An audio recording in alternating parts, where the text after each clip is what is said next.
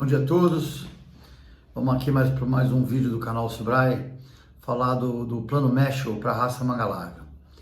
O plano Marshall, para quem não sabe, foi depois da Segunda Grande Guerra. Os americanos fizeram um plano com os aliados da Europa para poder reconstruir a Europa. Obviamente é uma brincadeira, a manga larga não precisa desse plano Marshall, ele vai muito bem, obrigado. O problema é que eu, por exemplo, que conheci o manga larga e muita gente, uma fase áurea que para mim foi a maior raça de cavalos brasileiros, quando o BH estava nascendo, o manga larga estava bombando. O machador, por exemplo, você tinha que vender 20, 30 éguas manga larga machador para comprar uma manga larga, tá certo? O Admir estava chegando no Brasil e, por uma série de motivos que não vem ao caso agora, na minha opinião, o manga larga foi diminuindo, né? E o machador, por exemplo, meu pai fundou o núcleo de Brasília, eu fui técnico da associação, meu irmão ainda cria, ele não leva em exposição mais, é muito pouco, só quando algum amigo insiste e tal. Então eu quero dizer o seguinte, o machador, por exemplo, hoje está cometendo os mesmos erros do manga larga, os mesmos erros. E por quê? O que acontece? Não dá mais para ficar no subjetivismo, no subjetivo. Subjetivismo, não sei se existe essa palavra. Enfim, o que acontece? O crioulo, por exemplo, achou o caminho certo. 33%, se não me falha a memória, é para julgamento morfológico. Os outros 77% é função, tá certo? Então, o que acontece? Você não tem mais condições de você pegar uma pessoa e dizer que esse cavalo é melhor que aquele. Isso não existe mais. Todas as raças com desempenho esportivo e objetividade nos esportes vão muito bem, obrigado, tá certo? Agora, o plano Marshall, o que acontece? Eu sonhei em ver um cavalo sela brasileira, porque tem o sela francesa, que é trote, o sela holandesa, que é trote, sela belga, que é trote. A gente tem essa péssima impressão de que falou sela, é conforto de sela. Não tem nada a ver uma coisa com a outra.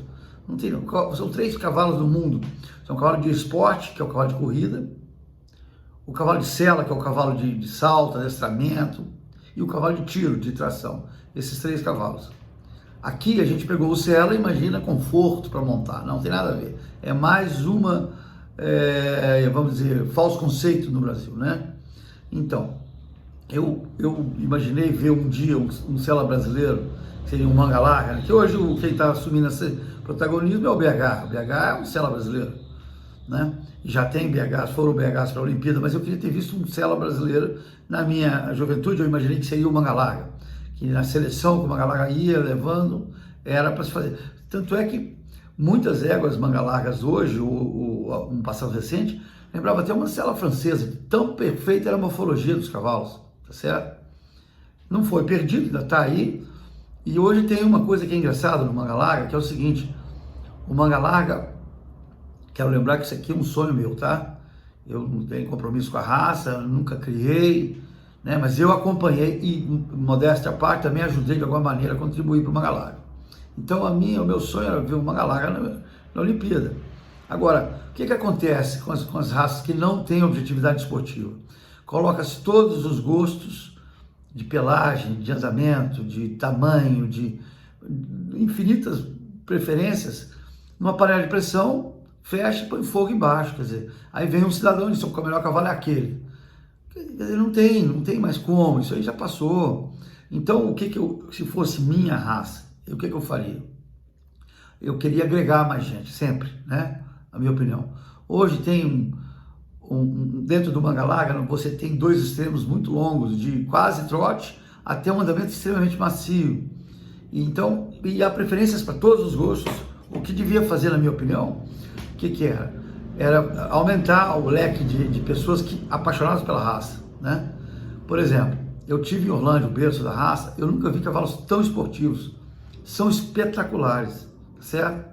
Um fundo esportivo incrível, que é o que seria uma manga larga tradicional, Existe eu sou o dono da raça, eu faria uma manga larga passeio, que aceitaria qualquer tipo de andamento, sem preconceito, registraria como manga larga, uma manga larga tradição, que é o que tem, tá aí, é um cavalo ótimo e tal, e o manga larga esporte, tá certo?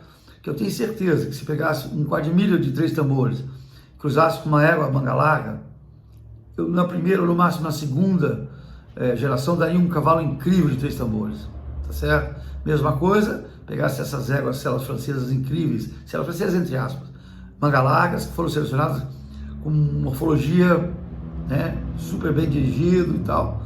Se colocasse um cavalo alemão, um cavalo Holstein, um cavalo sela belga, daria um baita, na primeira ou na segunda geração, um baita cavalo de hípica, entendeu?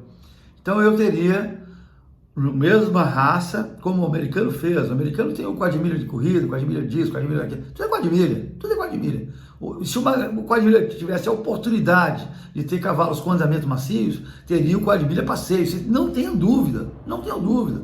Agora nós aqui, quer dizer, ficamos brigando uns com os outros. Isso aí para mim é uma perda de tempo incrível, que é uma raça maravilhosa, uma genética que foi selecionada de uma maneira maravilhosa. Agora, está perdendo espaço e perdeu muito espaço. Se você faz um negócio desse, abre 3 leques, manga larga tradicional, manga larga hípico ou manga larga esporte e uma manga larga passeio, tivesse desde qualquer andamento de passeio até o trote, aí sim, aí seria uma raça continental, tá certo? Mas eu sei que isso é pouco provável, mas como agora a internet permite a gente dar a opinião da gente, tá aqui a minha opinião, sei que muita gente não vai gostar, mas é o que eu penso, tá certo?